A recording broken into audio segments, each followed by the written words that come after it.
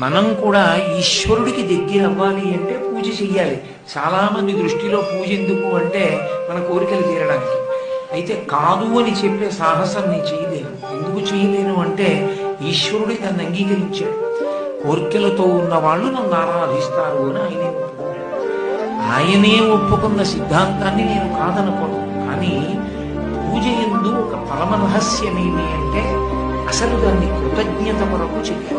రాత్రి ఈశ్వరుడు ఇంద్రియములకు శక్తినిచ్చాడు. ఏమీ ఇబ్బంది పెట్టదు. హాయిగా నిద్రాకాలిక సుఖస్వరూపమునందు స్వల్పకాలిక లయంలో ఇంద్రియములకు శక్తినిచ్చాడు. తెల్లవారుజామున లేచి కంటికి శక్తినిచ్చాడు కాబట్టి కృతజ్ఞతగా దీపం పెడుతున్నావు. కంటికి చూసే శక్తి కాబట్టి దానికి ప్రతిరూపంగా ఈశ్వరా మీరు మాకు కంటికి చూపునిచ్చారు, దాని బడలిక తీర్చారు. ఇదిగో